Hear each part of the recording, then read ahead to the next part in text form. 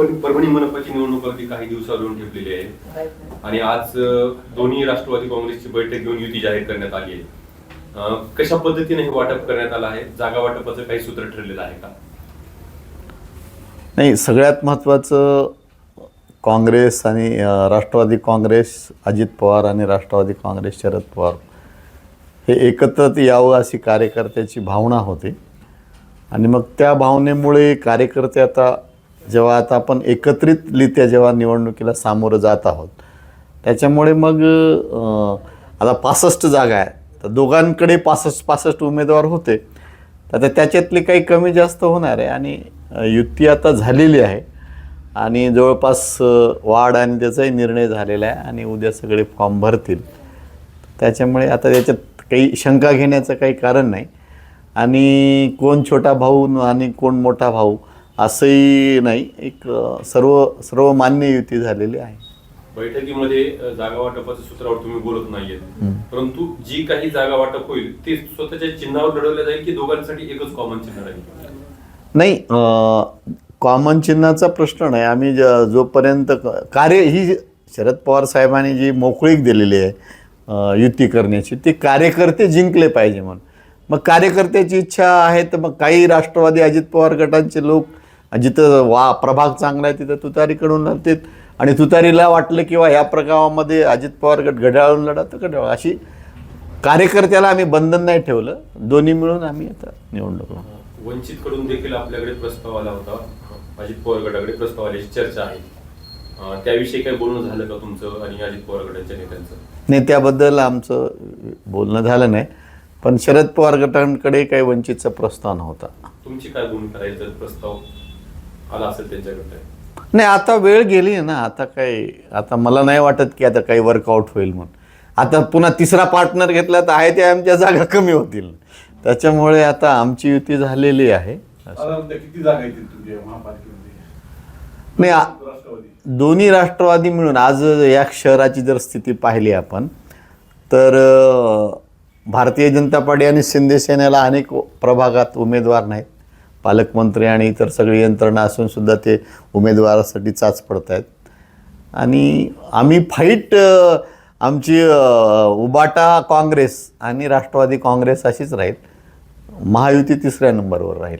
त्याच्यामुळे सत्तेच्या जवळ जाऊ आम्ही. असं मागील काही दिवसांमध्ये तुम्ही ज्यावेळेस शरद पवार गटामध्ये होता त्यावेळेस अजित पवार यांच्या पक्षावर तुम्ही जाहीरपणे टीका केलेल्या आहेत, भाजपवर टीका केलेल्या आहेत. आता सत्तेमधलाच एक पक्ष अजित पवारांचा तुमच्यासोबत येतोय आणि तुम्ही म्हणजे प्रचार करावा लागणार आहे, प्रचाराला फिरता तुम्ही, कसं पाहताय हा प्रचार? नाही, कसं असतं की शेवटी एकत्रीकरण झालं. आता तुम्ही नगरपालिकेच्या निवडणुका जर परिस्थिती बघितली तर शिंदे सेना, देवेंद्र फडणवीस, अजित पवार ह्यांनी आता तिघं एकत्रित सत्तेत असून सुद्धा एकमेकाच्या विरोधात खूप बोलले. किंवा तुम्ही राणेचं प्रकरण पाहिलं तर त्यांनी अक्षरशः भाजपचे लोक पैसे वाटतात ते पैसे वापरून केसपर्यंत गेले. त्याच्यामुळे निवडणुका हा वेगळा विषय असतो आणि आम्ही जिथं जिथं ठोकून काढण्याची संधी मिळेल भारतीय जनता पार्टी शिंदे सेनेला तिथं ठोकून काढू. आणि मला तर म्हणजे लोकांचे पण मला आश्चर्य वाटतं की ह्या गेल्या 40 वर्ष झालं, कारण 85ला वरपुडकर साहेब आले तर ते 40 वर्ष झाले आणि हे 90ला म्हणजे 35 वर्ष झालं. तर तुम्ही या जिल्ह्याची जर परिस्थिती बघितली की रावसाहेब जामकर साहेबांनी प्रभावती सहकारी सूतगिरणी अत्यंत चांगली चालवली होती, वरपुडकर साहेबाच्या ताब्यात गेली. नखाते साहेब कडक माणूस होते, पण देवगिरी तो आंध्रा साखर कारखाना आता त्यात चांगला चालवायचा, ह्यांनी नरसिंह काढला. म्हणजे सगळी सहकार चळवळ मोडून काढली. या जिल्ह्यामध्ये एकही उद्योग आणू शकले नाही. शहरातल्या आणि ग्रामीण भागातले रस्ता खरंच आपण नवीन दशकात आहो अशी स्थिती आहे या जिल्ह्याची, तरी लोक ह्यांनाच पुन्हा निवडून देतात. तर खरं तर मला लोकांचंच कौतुक करावं वाटतं. किंवा लोकांनी आता पर्याय शोधला पाहिजे. म्हणजे 5 वर्ष वरपुडकर साहेबाच्या ताब्यामध्ये महापालिका होती. तुम्ही आपल्या ऑफिसच्या बाहेर गेलात तर काय अवस्था आहे शहरात रस्त्याची, किती घाण आहे, किती दुर्गंधी आहे. आणि तेच आता पुन्हा वरपुडकर साहेब इकडे दिवस येऊन म्हणजे काय म्हणतात ती बाटली तीच काय दारू अशा पद्धतीचं काय.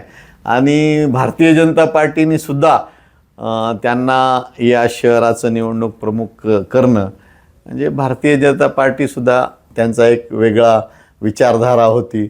सगळ्यापेक्षा आम्ही हटके. आता वरपुडकर साहेबाला निवडणूक प्रचार प्रमुख केल्यामुळे तर त्यांचे विचार काय आहेत ते कळलेत आपल्याला. आणि आता संधी आहे खरं तर राष्ट्रवादी काँग्रेस पार्टीकडे प्रताप देशमुखसारखा चेहरा ज्यांनी की शहरामध्ये चांगलं काम केलं त्यालाही काम न करू देण्याला हेच लोक होतं मागे.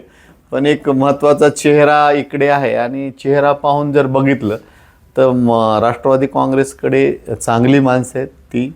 आणि तुम्ही भारतीय जनता पार्टी आणि ह्याच्याकडे बघितलं तर सगळं भ्रष्टाचारी लोक गोळा झालेत त्याच्याबद्दल. आणि लोकांनी आता विचार करावा. लोकांनी ठरवलं पाहिजे परिवर्तन घडवायचं. कारण शेवटी पैसे मिळतात ते पैसे किती दिवस टिकणार आहेत ह्याचा लोकांनी विचार केला पाहिजे. आणि परिवर्तन घडलं तर परभणीला काही नवं घडेल. तरुणांच्या प्रश्न आहेत सगळे पाण्याचे प्रश्न म्हणजे परभणी शहर हे प्रश्न त्याचे उत्तरं कुठं सापडत नाहीत. जनतेने चांगल्या लोकाला निवडून दिले तर प्रश्नाची सोडवणूक होईल. जिल्ह्यात 7 नगरपालिकांच्या निवडणुका नुकत्याच झाल्या. राज्याचे 3 नगरपालिकांच्या निवडणुका झाल्या. त्या ठिकाणी शरद पवार यांच्या पक्षाला विशेष चमक दाखवता आली नाही आणि त्यामुळे वरून अजित पवारांसोबत समेट घडून घ्या असा संदेश आल्याचं बोललं जाते. मूळ शरद पवारांचा जो पक्ष आहे त्याची सस्य होलपड होती असं वाटत नाही का? कारण तुम्हाला राष्ट्रवादीला लटकून मागे जावं लागतंय असं बोललं जातं. तुमच्याच पक्षातील जे इच्छुक उमेदवार होते त्यांच्याकडून बोलल्या जाते की आम्हाला आता आमच्या म्हणजे त्याच्या मागे आम्हाला ओढल्या चाललंय वरून आलेल्या आदेशामुळे कार्यकर्त्यांवर अन्याय होतोय. तिथपर्यंत कार्यकर्त्यांच्या भावना आहेत. नाही विधानसभेमध्ये जी स्थिती निर्माण झाली राज्यामध्ये आणि अत्यंत पाशवी असं बहुमत महायुतीला मिळालं आणि त्याच्यामध्ये मग कार्यकर्ते साधारणपणे ज्या पक्षाचं राज्य असतं त्या पक्षाच्या स्थानिक स्वराज्य संस्था येतात आणि लोकांचा किंवा उमेदवाराचा कलसुद्धा त्याच पक्षाकडून उभा राहण्याचा असतो. त्याच्यामुळे 240च्या आसपास आमदार आहे त्यांच्याकडे आणि तसंच गणित जर बघितलं तर त्या प्रमाणात त्यांचे नगराध्यक्ष पण निवडून आले. म्हणजे जसं भाजपचे 132 आहेत तर त्या शिंदे सेनेच्या किंवा ह्याच्या. तर त्याच्यामुळे असं म्हणायला काही आम्हाला लगेच हे नाही किंवा नगरपालिकेमध्ये यश नाही मिळालं म्हणून आम्ही लगेच युतीला गेलो. ही जसं आता इकडे 2 भाऊ एकत्र आले तर साहजिकच तेव्हापासून काका पुतणे एकत्र आले पाहिजे अशी लोकांची भावना होती आणि त्या परिस्थितीमध्ये हे एकत्र येत आहेत आणि अजूनही त्याच्यात. आणि तुम्ही जर पाहिलं असेल आजचे विषय नाही यापूर्वी काँग्रेस आणि राष्ट्रवादी सत्ता असताना आम्ही हे होतं तेव्हासुद्धा आमचे आपापसामध्ये कधी स्थानिक स्वराज्य संस्थांमध्ये अनेकदा जेव्हा काँग्रेस राष्ट्रवादी सत्तेमध्ये होते तेव्हा काही ठिकाणी शिवसेनेसोबत जाऊन सत्ता केल्या किंवा इथंच आम्ही काँग्रेसला बाजूला ठेवून भाजपला उपमहापौर पद देऊन केलं. तर स्थानिक स्वराज्य संस्थेचे समीकरणं हे तंतोतंत लागू होतील असं नाही. पण पवारसाहेबाची पूर्ण आयुष्य शिवशाहू फुले आंबेडकरी विचारधारेसोबत गेलेलं आहे.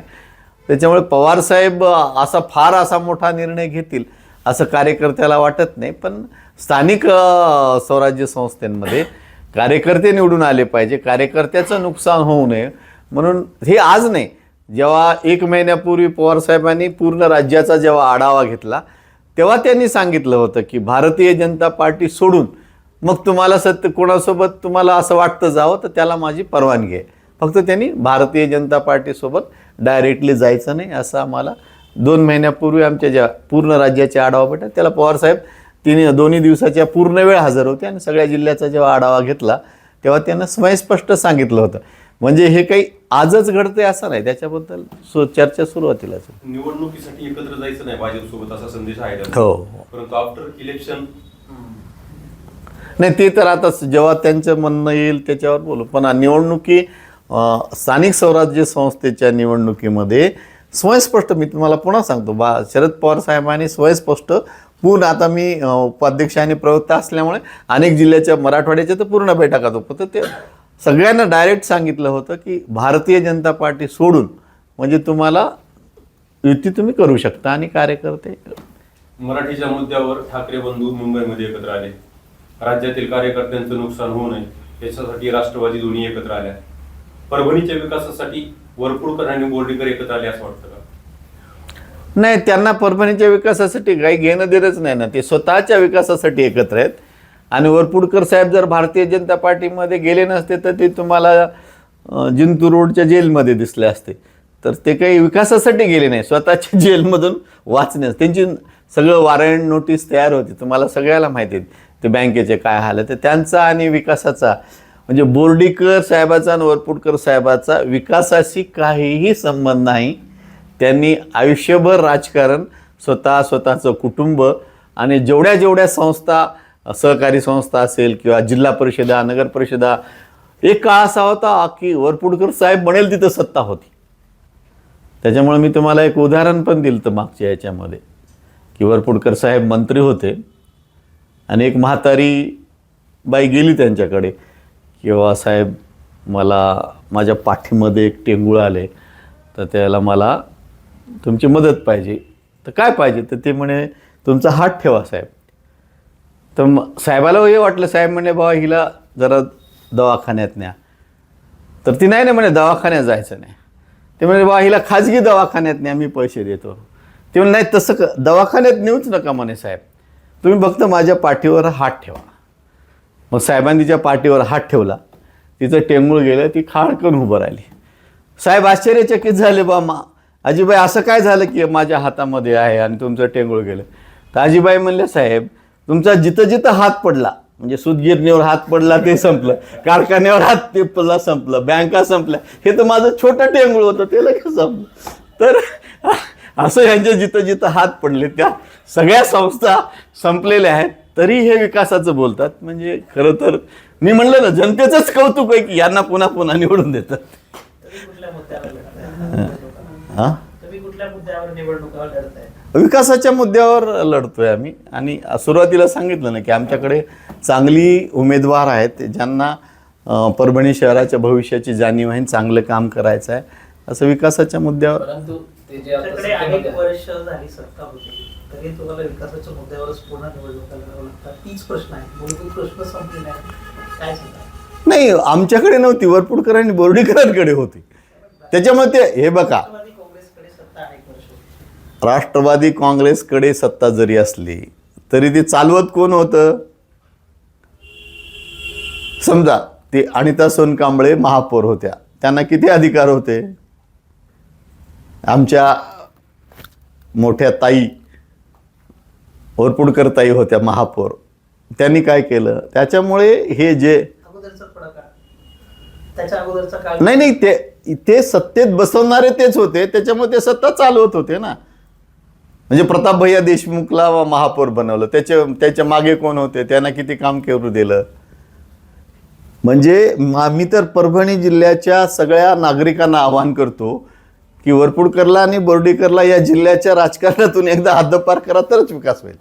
नाहीतर हे जोपर्यंत आहेत तर मी तर जाहीर बोलतो, खरं तर ही परभणी जिल्ह्याच्या विकासाची कीड आहे समजा. पण ती कीड जातच नाही, कारण लोकाला तेच पाहिजे. ते इकडून तिकडून सत्ता म्हणजे इकडून तिकडं जाऊन आपली सत्तेची गणित बसवतात आणि भोळी बाबडी जनता बिचारे त्यांना नेता मानलेले. त्याच्यामुळे केंद्रामध्ये भाजपची सत्ता आहे, राज्यातली भाजपची सत्ता आहे आणि महापालिकेला देखील भाजपची सत्ता आणायची तरच निधी येईल असं ते वारंवार म्हणत आहेत. परंतु निधी म्हणजे भाजपची सरकार असेल तरच निधी येणार का? किंवा तुम्हाला जर म्हणजे जर राष्ट्रवादीची सरकार तुमची आली, जर महापालिकेला सत्ता जर आली तर तुम्हाला निधी भेटेल ह्याची काय गॅरंटी? हे बिचाऱ्या भोळ्या बाबड्या लोकाला फसवण्याचं काम आहे. स्थानिक स्वराज्य संस्थांना निधी लोकसंख्येच्या प्रमाणात येतो. नगर विकास खात्याचा ठरलेला निधी आहे आणि तुमची लोकसंख्या आहे आणि मग केंद्राचा निधी त्या पद्धतीने येतो. त्याच्यामुळे हे असं सत्ता नसली म्हणजे निधी येत नाही. काही भारतीय जनता पार्टीची किंवा काँग्रेसची सरकार असताना काही सगळ्या महापालिका काही आता मुंबईची काँग्रेसचं सरकार होतं, मुंबई महानगरपालिकेची सत्ता 25 वर्ष शिवसेनेची होती. तिथं 93,000 कोटीच्या ठेवी आहेत आणि तिथं गुजरातमध्ये 25 वर्षापासून भाजपची सत्ता आहे. तिथं 1,000 कोटीवरचं कर्ज आहे महापालिकेवर. त्याच्यामुळे काही सत्ता असली म्हणजे नाही, तिथले लोक कसे बसले, ते काय करतात त्याच्यावर असं आहे. आता त्या एकनाथ शिंदे साहेबांनी नवीन तर काही दिलं नाही महापालिका मुंबईला. त्याच्यातल्या 24-25 हजारच्या ठेवी मात्र तोडून गुत्तेदारांना बिलं दिले. त्याच्यामुळे शेवटी विकास करणाऱ्यावर अवलंबून आहे, शासनावर स्थानिक स्वराज्य संस्था काही अवलंबून नाही. त्यांना लोकसंख्येच्या आधारावर निधी मिळतच असतो. परंतु निवडणुका स्थानिक ज्या संस्थेच्या निवडणुका आहेत ते पैशाच्या जोरावरच होतात. आणि जरी तुम्ही म्हणला की ते इंडिपेंडेंटली काम करतात, पण तरीही पैशाचा उन्माद एवढा का होतोय? मग नाही त्यातून कोणाला फायदा भेटणार आहे नेमकी? इथे विजयराव गव्हाणे साहेब आहेत, त्यांनी वरपुडकर साहेबाला एके दिवशी म्हणाले होते की तू आणि बोर्डीकर लोकाला पैसे वाटून निवडून येता, ज्या दिवशी तुमच्यापेक्षा जास्त पैसे वाटणार येईल त्या दिवशी तुम्ही पराभूत झालेले असाल. वरपुडकरपेक्षा घनदाटने जास्त पैसे पाडले, वरपुडकर पराभूत झाले. बोर्डीकरपेक्षा नागरेने जास्त पैसे पाडले, बोर्डीकर पराभूत झाले. मग हे या जिल्ह्यामध्ये या दोघांनी लोकांना पैसे घेऊन मतदानाची सवय लावली. त्याच्यामुळे आता आज भारतीय जनता पार्टीकडे एकमेव काम आहे, भारतीय जनता पार्टी देशात किंवा राज्यामध्ये विकासाच्या मुद्द्यावर निवडून येऊ शकत नाही. एक तर जातीत भांडणं लावणे आणि पैसे वाटणे. म्हणजे इथले जे लोक आहेत ते देखील पैसे घेऊनच निवडणुका हे जे मत देतात. नाही, ते मी सुरुवातीला सांगितलं ना, लोकांचा तर दोष आहेच आहे ना. लोकांचा दोष आहे पैसे घेऊन. लोकांना माहीत आहे किंवा हे 40 वर्ष झाले या माणसाने काहीही केलं नाही तरी लोक मत देतात. मग काय मग त्या प्रकारे त्यांना रस्ते नाले देखील पण भेटत नाही. नागरिक समस्या जे आहेत ते वारंवार येतात. मग हे असंच घाणीत कोणीतरी राहणार आणि हे चालत राहणार का आयुष्यभर?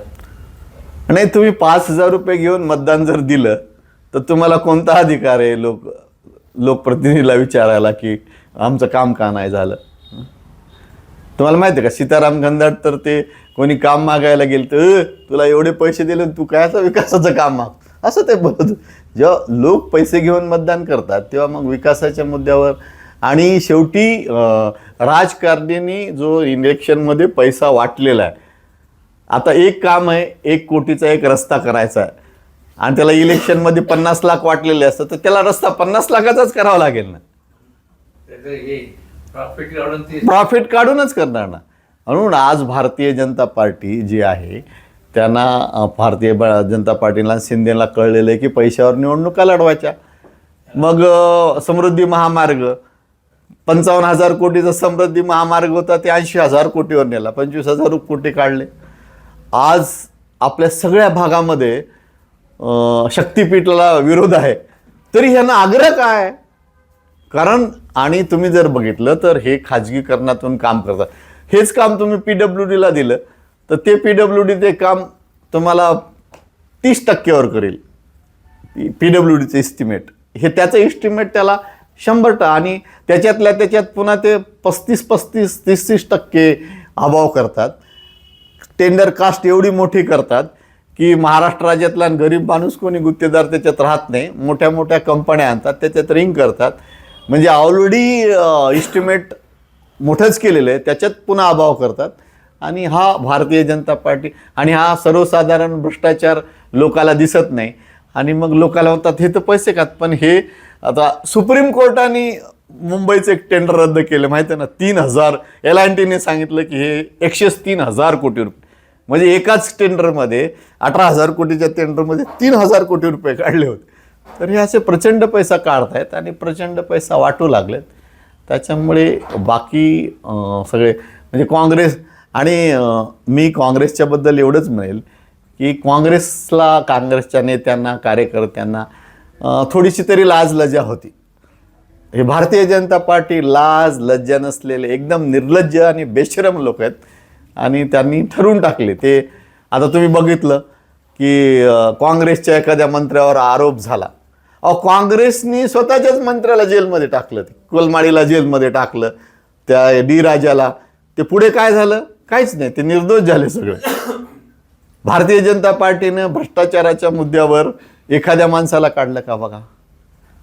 आज सामाजिक न्याय मंत्र्याचे किती व्हिडिओ आले महाराष्ट्राच्या, काय कारवाई केली? कोणावरही हे कारवाई करत नाहीत. एकदम म्हणजे काय गेंड्याच्या कातडीची आहे भारतीय जनता पार्टी. तिला आणि सत्ता कशी मिळवायची आता कळलेलं आहे आणि ते त्या पद्धतीने सगळ्या पद्धतीने सामदाम दंड भेद वापरून लोकाला एकतर प्रेमानं घ्या, जातीवादाने घ्या, त्याला ईडी बीडीची भीती दाखवा, नाहीतर पैसे द्या, अशा पद्धतीने सुरू आहे. पण मला वाटतं की हे फार काळ टिकणार नाही.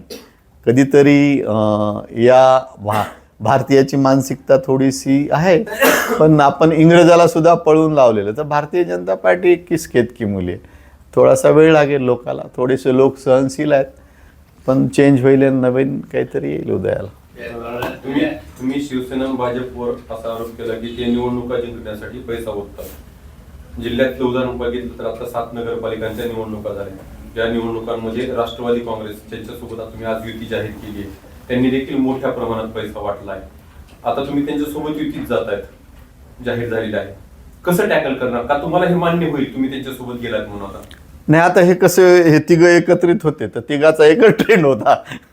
त्याच्यामुळे आता हे आमच्यासोबत आलेत तर आमच्याकडे तर पैसे नाही आहेत वाटण्यासाठी. आता काय होईल ते बघू. पण तेव्हा जेव्हा वाजले तेव्हा ते तिघं राज्यात सत्तेत एकत्रित राहणार ना. तुमच्याकडे पैसे नाहीत, पण आता तुमच्यासोबत जो युतीमध्ये आलेले आहेत किंवा आघाडीमध्ये आले आहेत राष्ट्रवादी अजित पवार गट, त्यांच्याकडे पैसा आहे, त्यांनी वाटायची तयारी केली तर तुमची काय राहील भूमिका? ते आम्हाला थोडी वाटून, म्हणजे निवडणूक आयोगाला सुद्धा माहित नाही ना याचे. ते वाटतील तर त्याला आता आम्ही काय रोखणार? शेवटी त्यांना निवडून, पण आमच्याकडे पैसे नाही तर आम्ही तत्वावर आम्ही प्रयत्न करू. मित्र पक्षाची भूमिका मान्य राहील का तुम्हाला, पैसे वाटायची? नाही, आम्ही तर त्याला पैसे वाटून मतं घेऊ नका, भारतीय जनता पार्टीच्या वाटेने जाऊ नये असंच म्हणू. आता पण तुम्हाला माहिती आहे की पैसे कोणालाच कळत नाही वाटताना, त्या माणसालाच. आता ते एक नवीन ट्रेंड आणलाय, एक नवीन ट्रेंड आलेला आहे. त्याच्याबद्दल माझ्यावर केस झाली तरी तुमच्याकडे ओपनली बोलतो. पहिले लोक असे चोरून लपून वाटायचे पैसे. एक राज्यामध्ये एक मंत्री होते, ते आता मंत्री नाही. त्यांनी काय केलं की इकडं तिकडं पैसे नाही वाटायचे. त्या मतदारसंघात 4 ठाणे आहेत तर 4 फौजदार इन्चार्ज, त्या फौजदारला एक पैसे ठरवून टाकायचे आणि मग पोलिसाच्याच गाडीनं पूर्ण मतदारसंघात पैसा वाटायचा. मग त्या मंत्र्यांनी इकडे राज्याच्या सगळ्या लोकांना सांगितलं, तर मग तुम्ही पाहिलं असेल तर पकडलं तर ह्यावेळी जो पैसा आला, म्हणजे 50-50 कोटी रुपये विधानसभेला वाटले, तर ते कुठले पकडले का नाही? कारण ते सगळे पहिले संरक्षणातच वाटले. म्हणजे आज पोलीस यंत्रणेला तुम्हाला हे 50 कोटी नेऊन द्यायला तुम्हाला 1 कोटी रुपये देतो म्हणलं तर पोलीस यंत्रणा सध्या महाराष्ट्रातली अत्यंत भ्रष्ट पोलीस यंत्रणा आहे. त्याच्यामुळे त्यांनी हे अशा पद्धतीचं पैशाचं वाटप सुरू आहे, नवीन ट्रेंड. म्हणजे मग आता जर पोलिसाच्या साक्षीने पैसे ते वाटत असतील तर पैसे वाटलेले धरणार कोण? तुम्ही जर आता विधानसभेच्या निवडणुकीला किंवा ह्या स्थानिक स्वराज्य संस्थाच्या निवडणुकीला बघितलं असेल तर लाईन मधल्या लोकांनी त्याच्या खिशात पैसे टाकू मतदान करून घेतलं शेवटच्या टप्प्यामध्ये. म्हणजे काय ट्रेनिंग सेंटर आहे.